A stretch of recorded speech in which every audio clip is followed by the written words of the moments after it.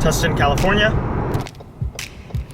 Oceanside, California. I'm going to be playing at Ocean's 11 Casino today. The last time I played poker was the last day that I went to Vegas, which was almost a month ago. So I'm a little rusty, but let's see if I can book a win. I sit down at a 1-3 game. About 2/3 of the players at my table were older players who seemed to be the typical type passive older players that you would see at these stakes. And almost everyone has $400-ish or more. One player had probably around 1,000. So overall, it seemed like a pretty good game. Very early in the session, I am in the cutoff with King Queen of spades. The low jack raises to 12. I decide I'm going to 3-bet this hand and I make it 40. And the original raiser makes the call. So we're heads up to a flop, which comes Queen 3 Jack, 2 clubs, 1 spade. My opponent checks it over to me.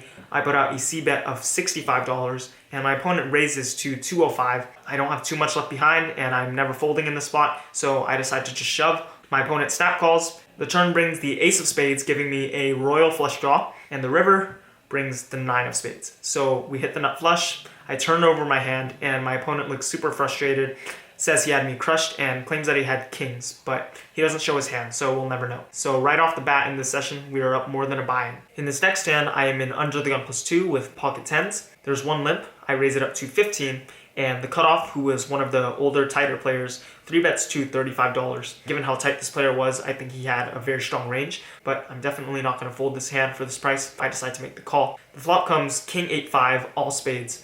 I check it over to my opponent and he continues for $45. I'm going to call at least 1 street here since I do have a flush draw, so I make the call. The turn brings the deuce of clubs, so it's a complete blank. I check again, planning on folding to any bet, but luckily my opponent slows down and decides to check back. The river is the 9 of hearts, so we don't make our flush, and given how strong of a range I put my opponent on, I think I'm never going to really be ahead here, and I'm probably not going to be able to win at showdown. So I decided to turn my hand into a bluff, which I don't think was the right decision. I put out a bet of $100, and I think my sizing was a mistake as well. I think it's a little ambitious to try to push my opponent off of what seems to be top pair or better, and if I want to do that, I probably have to go a lot larger here. My opponent doesn't look too happy, but he pretty quickly calls and ends up having ace-king. So don't think I played this hand the best. I probably could have looked for a better spot to bluff. In this next hand, the hijack opens to $20. The cutoff makes the call, and I look down at Jack 10 of spades in the big blind. I think 3-betting is fine sometimes, especially since I am in the blinds, but since the opening size was so large, I don't want to get 4-bet off of my hand, and I'm very happy to see a flop multi-way with this type of hand. So I decide to just call and see a flop, which comes King 10 Queen, 2 spades. So we have an up and down royal flush draw. The original raiser checks, and the cutoff shoves for $27. She was playing a very short stack. No point in raising and scaring off the hijack. So I decided to just call, hoping he'll come along, since he had a stack of maybe 400 or so to begin with. But unfortunately, he folds. The turn brings the ace of clubs, which is a perfect card. We now have the nuts. And the river brings the ace of spades, giving us a flush. From your perspective, it's pretty obvious that I have a royal flush, but in the moment, I actually didn't notice. When the turn gave me the nuts, I was already ready to show my hand, and I was already kind of in that mode that I already won the hand, so I turned my hand over after the river was dealt. It wasn't until the player across from me mentioned it that I realized that I had hit a royal flush. So I took out my camera faster than the cutoff, whipped out her rebuy. If you were following my Instagram, you might have already seen the picture and the hand history. Pretty awesome to have hit a royal fairly early in my poker career. Didn't end up winning a huge pot for it, unfortunately, but still very happy to have hit this hand. It was at this moment that I decided to take out my phone and actually start filming the whole cards so that I don't miss something like this again. When I sat down at the table, I was just trying to get a feel for the environment and for the game, and I didn't feel like taking out my phone and recording whole card footage, but I definitely regret doing that as I could have gotten this hand on tape. Very soon afterwards, I pick up pocket kings on the button. Action folds all the way to me, and I'm kind of worried that I'm not going to get value out of this hand. I raise it up to 15. The small blind ends up 3-betting to $50. The big blind folds, and action is now on me. I think I made a mistake here. I decided to just flat as opposed to 4-betting. The player in the small blind was one of the many players at the table who were the older, tighter players. I know I keep saying that, but most of the table was like that, and as a result, I got tangled in a lot of hands against this particular player type. And since there were so many of these types of players at the table, there was just kind of a tight, nitty environment going on. So I didn't want to scare him off of what could have been maybe queens, jacks, and I didn't want to face a 5-bet. So I decided to just call, but in hindsight, I think it was a mistake. I think I should have just 4-bet. Anyways, we go heads up to a flop, which comes 6-4-5 rainbow. pretty safe flop. My opponent throws in a $100 chip. I'm obviously going to make the call here. The turn brings not a great card. It is a queen, so we are now losing to pocket queens if that's what he had. My opponent goes all in for 220-ish. Not liking the situation too much here. I think hands like ace king are probably going to give up, and I don't see hands like jacks doing this. So I thought this player either had aces or queens. Maybe in the moment I was just thinking a little too carefully, but definitely not going to fold here. So I make the call. The river brings the king of diamonds, so we river a set. I decide to show my hand first. Even though my opponent was the one who shoved, I just have a habit of showing my hand whenever I think I'm definitely ahead, and my opponent goes ahead and mucks. Looks very frustrating. So continuing to run super well in this session. This next hand is pretty interesting, and I think I may have misplayed it. I am in under the gun +2 with king queen of clubs. The under the gun player limps, and I raise it up to $15. The player on the button, who once again was an older, tighter player, this player was probably even tighter than the average player type that I'm describing. He decides to 3-bet to $30. Effective stacks are fairly large, so I'm definitely going to call with my hand here. We go heads up to a flop, which comes 5, king 3, all diamonds. I check it over to my opponent, and he goes ahead and continues for $60, which is about a pot-sized bet. And after thinking about it for a while, I actually decided to fold, which I think a ton of people are going to disagree with. I had not seen this opponent 3-bet the entire session. I had probably been playing for at least an hour and a half to 2 hours at this point. And when he 3-bet, I put him squarely on ace king and queens plus. So when the flop comes 5, king 3, all diamonds, and my opponent puts out a pot-sized bet, given stack sizes and what I expect will happen on the turn, the river, I don't think I'm going to be able to profitably call down the flop and the turn and the river possibly. In the moment when I thought about the best case scenario, it would be if he had pocket queens and bet the flop and then checked all the way down to the river. But I think in most cases he's going to have ace king, pocket kings, pocket aces, possibly with diamonds since I don't have any diamonds. And even if he does have queens, he could have the queen of diamonds, which has equity against my hand. So if he bets 60 on the flop and I call, the pot will be around 180-ish. Let's say he bets half pot and I call the turn.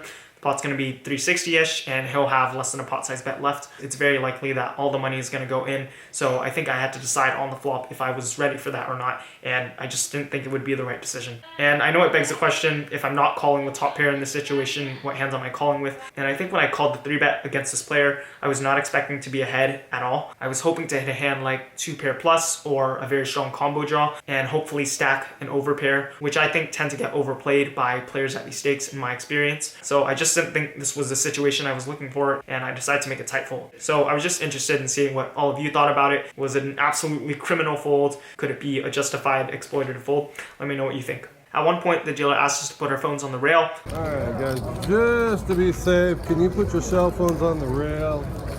So I wasn't able to record any more whole card cam footage, but still have the hands to go through. Next interesting hand, I am in the big blind with 10-5 of spades. The cutoff raises to $7. The button calls, the small blind calls, and I decide this hand is good enough to put in an extra $4 with, so that is what I do. So we are headed 4 ways to a flop, which comes 4, 5, 10, rainbow. Action checks all the way to the button, who was a fairly angry player due to how badly he was running that night. He lost the very first hand with aces against jacks that flopped a set. He goes ahead and bets $7. The small blind makes the call. I could definitely call here since there aren't really many turn cards that I'm afraid of, and I could let the button continue betting, but he does tend to bet very small, as you can see in this hand, so I decided I'm going to bump it up here. The player in the small blind was a very tight player, seemed to be very solid from what I'd seen so far. He had a stack of maybe 450-ish or so I definitely wanted to bump it up and get some value now. I decided to raise it up to $50. The button ends up making the fold, and the small blind calls. So we are heads up to a turn, which brings another 4. Pretty good card, shouldn't have changed anything. I'm putting my opponent on a top pair type of hand. There are only 2 combos of sets and 1 combo of quads. My opponent probably would have raised the flop if he had any of those hands. So I'm not really worried about any hands here. The small blind checks it over to me. I put out a bet of $75. I probably should have sized it much larger here, at least 100 or so, given that this player was tight and he called a check raise from me, and I seem to have a very tight image at the table as well, so I think I should try to get as much value as possible. He ends up making the call once again. The river brings the king of spades. The small blind checks it over to me again, and I decided to check back. At the time, I couldn't think of any worse hands that I was getting value from. As I mentioned earlier, it's highly unlikely he has pocket 4s, pocket 5s, or pocket 10s. Shouldn't ever really have an overpair since those should have 3-bet. So the only hand I can think of that beats me now is king 10, but it's probably more likely he has something like jack 10, queen 10, maybe ace 10. If I can get value from those even some of the time, I should definitely be betting here. But at the time, I didn't think he was going to call a third barrel after a check raise on the flop with those types of hands. So I decided to check back and said I had 2 pair. He says my hand's good. I turn it over and he mucks. In this next hand, I have 10-9 of clubs in the cutoff. There's an under the gun +2 raise to 15. A call, I make the call, and 2 other players call. 5 ways to a flop, which comes 7 queen king, 3 clubs. So we flop a flush and we continue the insane run good. Action checks all the way to me, and I decided to bet $25. And unfortunately, since this session was from so long ago and I'm doing the hand analysis way later, I have zero idea what I was thinking in this situation. On this board texture, I probably should have sized it up here, especially since there were many large stacks at the table. Anyways, as played, the button ends up raising me to $50. Again, this type of player was an older, tighter player, so I think he has a strong hand here, but my hand is definitely strong as well. Action folds all the way back to me, and I'm definitely gonna call here. No point in raising, and I'm never folding. The turn is a complete blank. I check it over to my opponent, and he continues for $50, definitely not going anywhere once again. The river is the 4 of hearts. I check one more time, and my opponent puts out a bet of $75. I'm gonna make the call here, of course, and he ends up showing king 7 of diamonds. So flop 2 pair, kind of overplayed it, and we end up taking this pot down. Final interesting hand of this session. I am on the button with 7-6 of clubs. The low jack raises to 15. The hijack, who was the angry tilted player I mentioned from an earlier hand, makes the call. The cutoff calls, I call on the button, and the big blind calls as well. So we are headed 5 ways to a flop, which comes deuce 5-8, rainbow 1 club. So we have an open-ended straight draw with a backdoor flush draw for what it's worth. Action checks to the hijack, the angry player, who once again puts out a very small bet of $15. I think I can raise some of the time, but in this situation, I wanted to make the call since the hijack had less than $200 behind, and I wanted to keep in the other players who had larger stacks. So I decided to just call. The big blind and the low jack decide to come along, so 4 of us are gonna see the turn, which comes the 10 of clubs. Action once again checks to the hijack, who continues betting and puts out a larger bet this time of $85, leaving himself around 55-ish behind. Action is now on me, and I think this was one of the more interesting decisions I had to make. I obviously have a very strong draw here, and it kind of sucks to fold. At the same time, I'm not getting the direct odds or the implied odds to call against the player who bet, but the big blind and the low jack are still in the hand, and there is a chance that if one of them calls, I may be able to get more value out of them. The big blind only had about $100 left, but the low jack probably had 400-ish behind. So I thought about it for quite a bit of time. Some questions I was trying to ask myself: if I call here, how often are the big blind and the low jack gonna come along? If they do decide to call and the river comes a club, am I really ahead? If I hit my straight, am I gonna get value from top pair, 2 pair, slow played sets enough of the time to justify this? And after thinking about this hand for a while, I think I should just let it go. If a club comes, I'm not really sure where I'm at. I also have to worry about the big blind or the low jack raising if I decide to call this bet, and I just don't think I'm getting the appropriate implied odds to justify making this call. But in the moment, I decided that that would be the right decision, and I did indeed make the call. Unfortunately, the big blind and the low jack folded. I could already tell that the hijack was ready to push all his chips in regardless of the river, so it's going to be a pretty easy decision on the river, which brings the 4 of hearts. My opponent does go all in right away. I snap call, of course, and show my hand immediately, and he gets very frustrated. He had already been running terribly the entire night, and he ends up showing pocket 8s for a flop set that got sucked out on the river. He ended up throwing a huge fit and let me know to appreciate my luck while I had it, because I'm never going to be this lucky again, and he's probably right. I ran super well in the session, ended up hitting pretty much all of my draws, got help on the turn of the river when I needed it, hit a royal. It was absolutely insane. Bought in for 300, ended up cashing out for $14.81 for a $1,181 profit, which ended up being my biggest win so far. And just to top it off, I ended up hitting a royal flush. So couldn't have asked for a better session. For 300, out for $14.81. Made a profit of $1,181. Hey everyone, just want to give a quick shout out to the makers of Poker Grind. It is a new app that I tried out this session. The app has a few bugs, but otherwise it seems really promising, so thank you guys for letting me try it out. Also, I apologize for taking so long to upload a new vlog. I've been pretty busy, and I will try to recommit myself to making this a more regular thing. That was definitely the most wild session I've ever played. Royal flush, suckouts, probably could not have run any better. Played for 5.5 hours. I'm gonna head home, enjoy dinner with the family, and I will see you in the next vlog. Bye.